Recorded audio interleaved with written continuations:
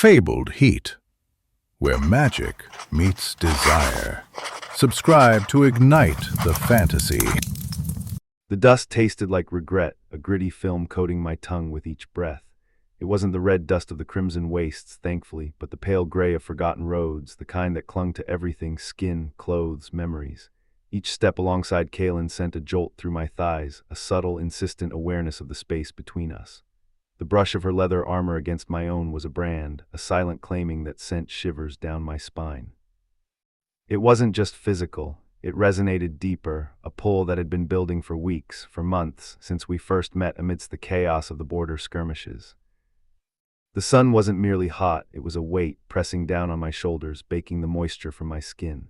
It mirrored the heat building between us, a slow burn that threatened to consume everything in its path.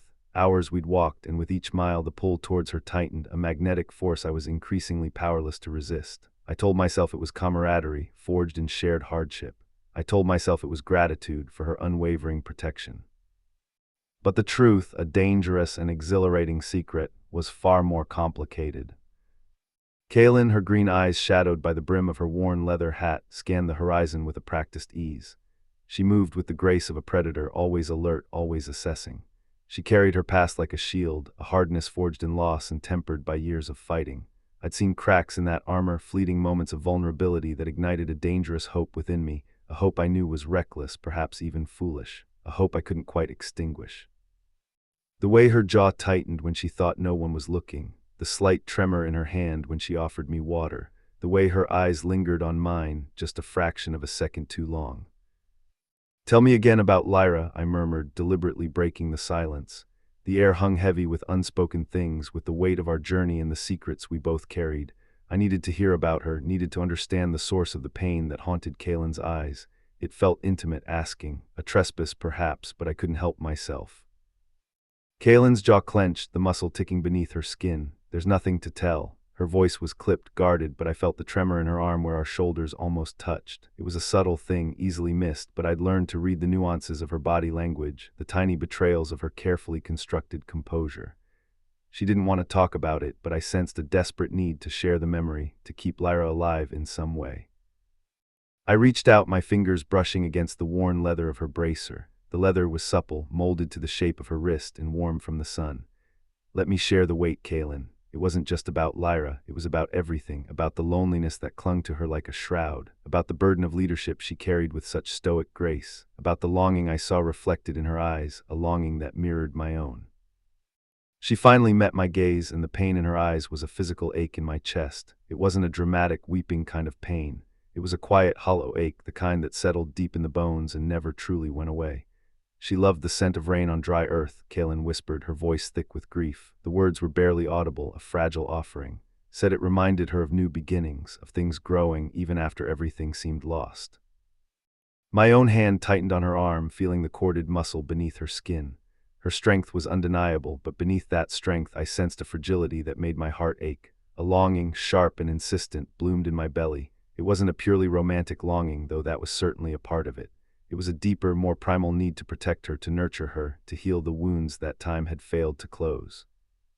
I wanted to trace the lines of her sorrow with my fingertips, to offer solace with more than just words.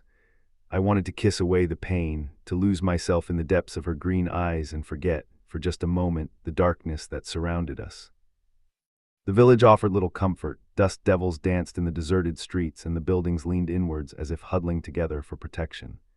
Suspicion clung to the air, thick and suffocating like a shroud. The villagers' fear was a barrier, a wall of distrust built on years of hardship and isolation. They eyed us with open hostility, their faces etched with suspicion. It was understandable, perhaps. We were outsiders, strangers in their midst, but it still stung. It was the cold rejection at the orphanage that truly stung. The old woman, her face a roadmap of wrinkles and disapproval, barely glanced at the healing herbs I offered. She slammed the door in my face before I could even finish explaining our purpose. The sound echoed in the narrow street and then, more disturbingly, echoed the walls of Kaylin's own heart. I saw it in the way her shoulders tightened, in the way her gaze hardened. It reminded me of the countless times she'd been dismissed, underestimated, judged. Kaylin's hand instinctively went to the hilt of her sword, her knuckles white. The metal gleamed in the harsh sunlight, a silent promise of retribution. I laced my fingers through hers, holding tight, feeling the heat radiate from her palm. It was a small gesture, but it seemed to ground her, to pull her back from the edge. "Let me," I breathed, my voice low and urgent. "Let me handle this." The need to protect her, to soothe her, was overwhelming. It wasn't just about the villagers. It was about shielding her from the pain, from the constant reminders of her past. And beneath that, a darker, more selfish desire began to stir. A desire to be the one to bring a smile back to her lips, to be the one to chase away the shadows in her eyes, to be the one to finally truly heal her. I squeezed her hand, a silent promise. "I'll speak with them. You rest." She didn't argue, but her grip on my hand remained firm, a silent acknowledgement of the turmoil within her. As I turned towards the village elder's house, I could feel her gaze on my back, a weight both comforting and unsettling. I knew this journey was about more than just finding a cure for the blight.